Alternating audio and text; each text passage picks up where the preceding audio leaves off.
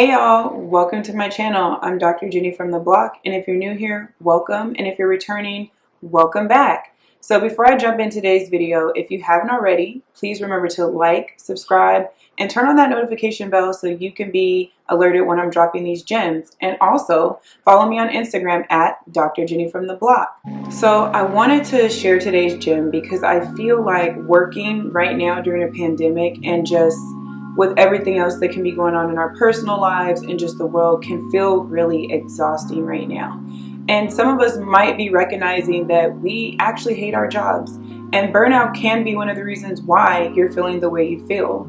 So first, when we think about burnout, it's chronic or prolonged stress connected to the jobs that we do, and typically it shows up in terms of feeling really exhausted, feeling more cynical of our work, so we're identifying less with the work that we do, and then also just reduced capacity to do our jobs, and not just do our jobs, but do our jobs well. So let's talk about signs and symptoms of burnout. I think the first and most important one has to do with reduced work performance. So when we're starting to experience burnout, we may miss deadlines, not be as engaged with our work, and even experience disciplinary actions due to our low performance. So these are definitely signs to watch out for. And connected to that, we may not be engaging in activities that we typically do outside of work that make us happy, whether that's being social or engaging in different activities. Oftentimes when we're feeling burnt out from our jobs, we're unable to do many of the other things we enjoy. Physical symptoms are also something to look out for. So how are you feeling when you are thinking about going to work? How do you feel when you're at work? Oftentimes when we're starting to experience symptoms of burnout, we might experience more stomach aches, headaches, and other physical symptoms. Sometimes when we're really stressed, that impacts our immune system, so we may be getting sick more often. We should also look out for psychological and emotional changes. So when we're experiencing burnout, we may have low energy, depressed mood, feel anxious, be more irritable than normal.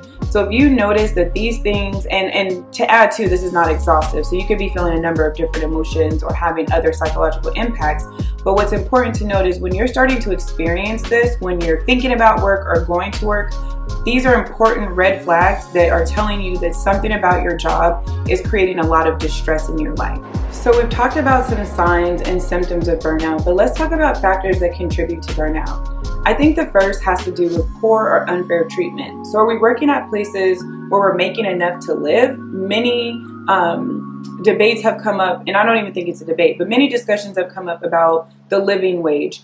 So many people work long hours each week to barely make enough to make ends meet, and that can be a significant factor that contributes to burnout. Also, do we have benefits? If that's maternal or paternal leave, do we have health insurance, things of that nature? So when real life events are coming up, are our benefits covering our needs? And also, thinking about toxic work environments. Sometimes the work culture in our place of business can be very toxic, and that does take a toll on us. Also think about stressful work environments. Are we working in places where the demand is high for our services? Are we working in industries where there's a high turnover rate, which means oftentimes people are burning out and leaving? So really thinking about the environments we work in is really important.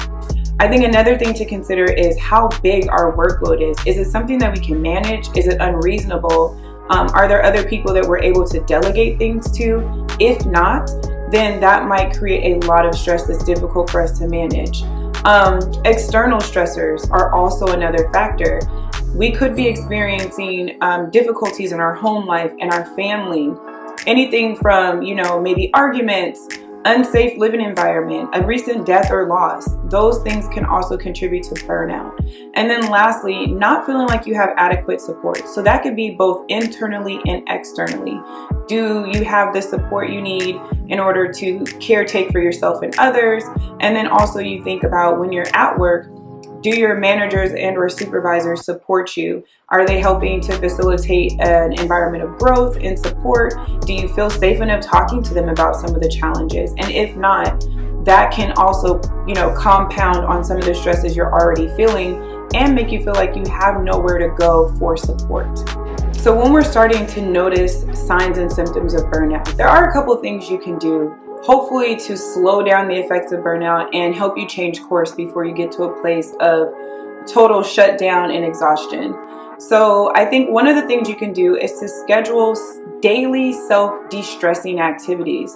So what are some of the things you can do after work? Thinking about that. Is it talking to a friend on the phone or a family member? Is it taking a nice warm bath? Is it attending an exercise class? Doing yoga? Journaling? So finding ways to come home and decompress can be really helpful.